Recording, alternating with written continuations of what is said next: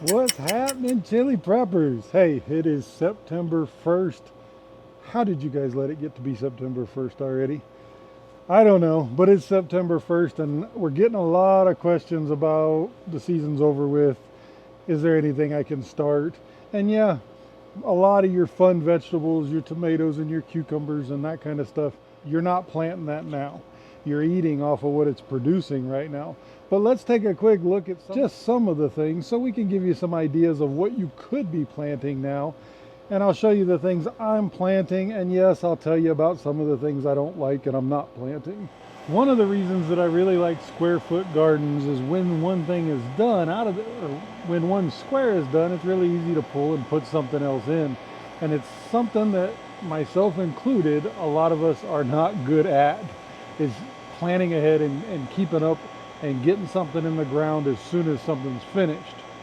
So let me show you what we got going on in this square foot garden. The whole front of it is Swiss chard. Swiss chard is a vegetable that I've actually come to admire this year. Now if you look, we also have a volunteer kale. I start getting lots of volunteers this time of year. But with the cool weather coming, the leafy greens is what you want to be focusing on. And yeah, they may not be in the spotlight, they may not be glamorous, but when have you ever had a salad without some leafy greens in it?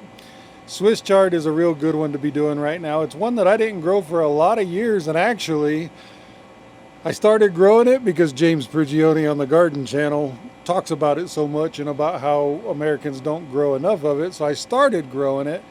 Then I found out it was real prolific and the chickens like it, so it really benefits me. Now, while on that note, a lot of this stuff I'm growing because of the chickens. Yeah, I'm gonna eat it too. But having chickens this year really changed my views on growing a lot of leafy greens. The chickens love the leafy greens and it cuts down on feed and it makes the eggs a whole lot better. So if you have chickens, get some square foot gardens going and grow your kale, your spinach, your Swiss chard, and then let me show you one that's new to me, but I really like it. It is bok choy. I've never grown it before this year. I grew it at the beginning of the season when the spring hit and it flourished so well.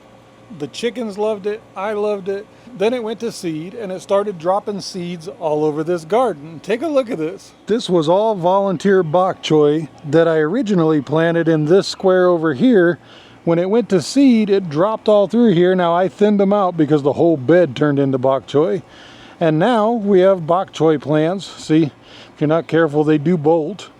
But I pull those, feed them to the chickens, and I keep the leaves going, because the chickens love that too. In this square foot garden, I just pulled the first 4 rows and the back rows, so we're gonna put spinach in here.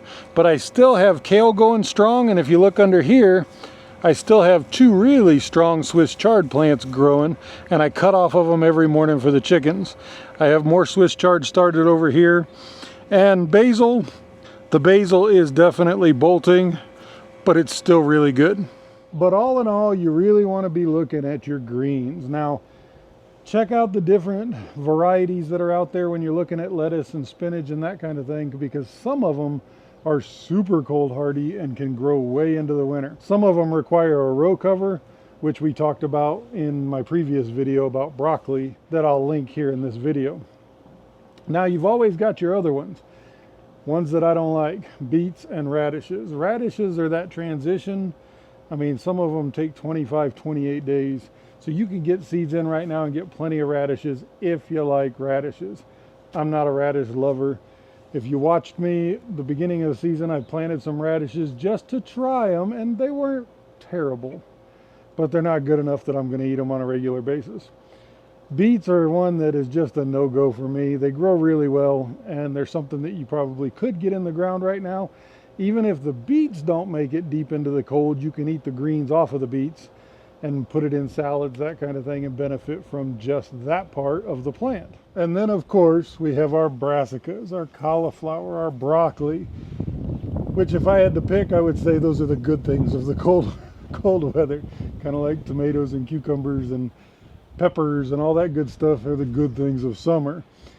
I'm not a big leafy green eater, and I do like brassicas, so I've got a bunch of broccoli and a bunch of cauliflower. We're going to plant the rest of this out And then I'll link my video that I just did here so it's easy to go back to, and you can see planting the broccoli from earlier.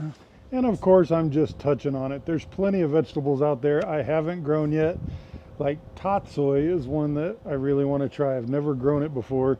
But again, James keeps telling us how good it is, and I guess it can grow all year long. The other one to seriously be thinking about is the row covers. If you've got raised bed especially, well, I guess I shouldn't say that.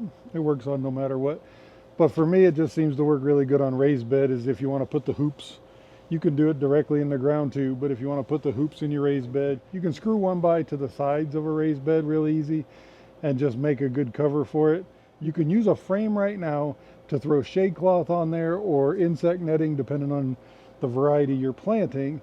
And then as it starts to get cold, you can switch over, throw row covering on, and then when it gets really cold, throw some plastic over the top and do it in stages. That's what I'm doing this year to try to extend my harvest and really keep a lot more veggies on the table and in the chicken coop. So nothing too crazy, just a quick video because I'm seeing all kinds of questions from new gardeners about is the season done and is there anything else I can grow? So here it is. One real good one that grows into the cold is arugula. I don't like it. It's got a nutty flavor. It's kind of strange. I grow it in my tower gardens, but if you like it, now's a good time if you're in that zone 7 area or if you're going to use row covering, that kind of stuff, to think about getting that planted too. So nothing life-changing, just a quick update. So remember, you don't have to be a prepper to be prepared. I'm Steve from the Chili Pepper Channel, and we'll see you on the next one.